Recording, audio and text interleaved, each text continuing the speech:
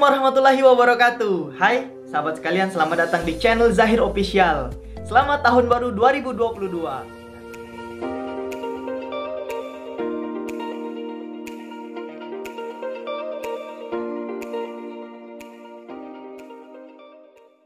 Nah, tentu teman-teman di tahun 2022 berharap ingin di tahun ini kita lebih semangat lagi, lebih baik dari tahun sebelumnya. Dan teman-teman yang mampir di video ini pasti teman-teman mau cari ide bisnis.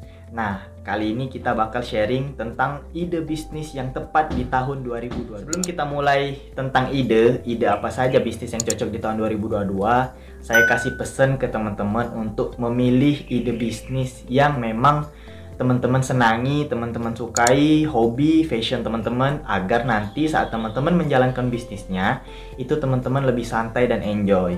Dan saya saranin untuk teman-teman pemula, silahkan pilih ide bisnis dengan modal yang kecil, tapi semangat teman-teman dan kerja keras untuk menjalankan bisnis itu harus lebih kuat daripada modal yang teman-teman berikan. Nah, ide bisnis yang pertama, teman-teman bisa mulai dengan menyewakan peralatan outdoor, karena di tahun 2020 dan di 2021 kemarin kita sudah sama-sama tahu, kita sama-sama terkurung oleh pandemi COVID-19. Tentu 2022 menjadi tahun bagi kita semua yang pengen keluar, pengen jalan-jalan ke gunung, ke laut. Tentu ide bisnis ini menjadikan ide bisnis yang menjanjikan. Nah, teman-teman bisa mulai beli kayak sleeping bag ataupun jaket ataupun tenda. Nah, teman-teman silahkan kalau teman-teman punya fashion ke arah sana boleh dicoba. Kemudian ide bisnis yang kedua, teman-teman bisa menyewakan peralatan fotografi ataupun videografi. Nah, ini bakal selaras dengan ide yang pertama. Kebanyakan orang-orang yang pengen jalan-jalan itu kurang peralatan seperti kamera, GoPro ataupun lain-lain. Nah, teman-teman bisa manfaatin kesempatan ini untuk yang punya alat, untuk yang punya kamera, tripod ataupun lighting, mic, Bluetooth dan lain-lain. Nah, teman-teman bisa menyewakan peralatannya. Memang ide bisnis ini cukup mahal karena dengan modal yang agak tinggi untuk beli peralatan itu. Tapi ini tentu kalau teman-teman coba mau menyewakan peralatan teman-teman, ini bakal menjadikan profit ataupun penghasilan tambahan yang cukup menjanjikan bagi teman-teman semua. Jangan takut, silahkan teman-teman pelajari gimana caranya menyewakan agar kita sama-sama saling untung lah kira-kira ya, bisa dengan menitipkan KTP dan lain-lain. Ide bisnis yang ketiga nggak kalah keren dan nggak kalah besar marketnya. Ide bisnis yang menjawab permasalahan orang lain. Contohnya adalah ide bisnis kesehatan. Banyak bisnis kesehatan teman-teman bisa banyak mulai merambah ke sini. Untuk yang muda, jangan gengsi kalau mau jualan tentang produk kesehatan, produk kecantikan, produk pelangsing, karena memang ini ide bisnis yang menjanjikan karena kita menjadi solusi bagi permasalahan orang lain. Contoh bisnis kecantikan, orang-orang yang memiliki kulit wajah berjerawat ataupun berminyak. Nah, teman-teman bisa tawarkan solusi masker ataupun obat-obat lain. Karena bisnis yang besar adalah bisnis yang dapat menjawab permasalahan orang lain. Jadi ini silahkan teman-teman mulai pelajari kira-kira bisnis kesehatan ataupun produk kesehatan apa yang cocok dengan passion teman-teman sekalian. Ide bisnis yang keempat ialah IO Digital Event. Nah, untuk teman-teman pelajar, mahasiswa, teman-teman sudah nggak asing lagi dengan event-event yang digital. Sekarang digitalisasi dengan menggunakan Zoom, seminar-seminar Zoom, ataupun kegiatan anniversary. Nah, teman-teman bisa mulai ngajak tim untuk ngebuat IO Digital Event. Nah, ini bakal meledak di tahun 2022 karena kemungkinan perusahaan-perusahaan ataupun komunitas-komunitas bakal banyak menggunakan kegiatan-kegiatan yang bersifat digitalisasi yang tidak perlu bertemu secara langsung. Nah, mungkin anniversary komunitas ataupun launching produk, launching restoran ataupun seminar-seminar kampus, sekolah-sekolah bakal mulai mempromosikan agar masuk sekolahnya melalui digital. Nah, ini kesempatan yang baik buat teman-teman yang mengerti di bidang IT ataupun ada tim khusus teman nongkrong yang seneng untuk buat event digital. boleh ini dicoba untuk diseriusi di tahun 2022.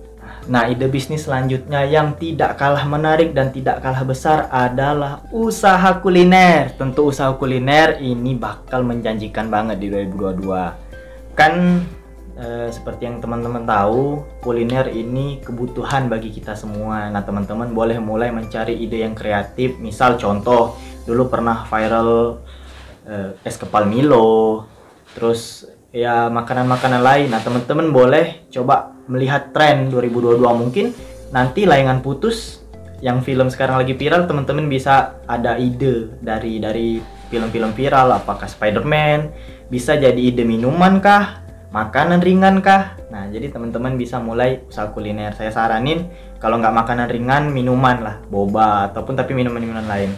Kalau makanan berat ya tentu teman-teman bakal modal agak tinggi seperti membuka rumah makan. Tapi coba dimulai dulu dari makanan ringan dan minuman-minuman.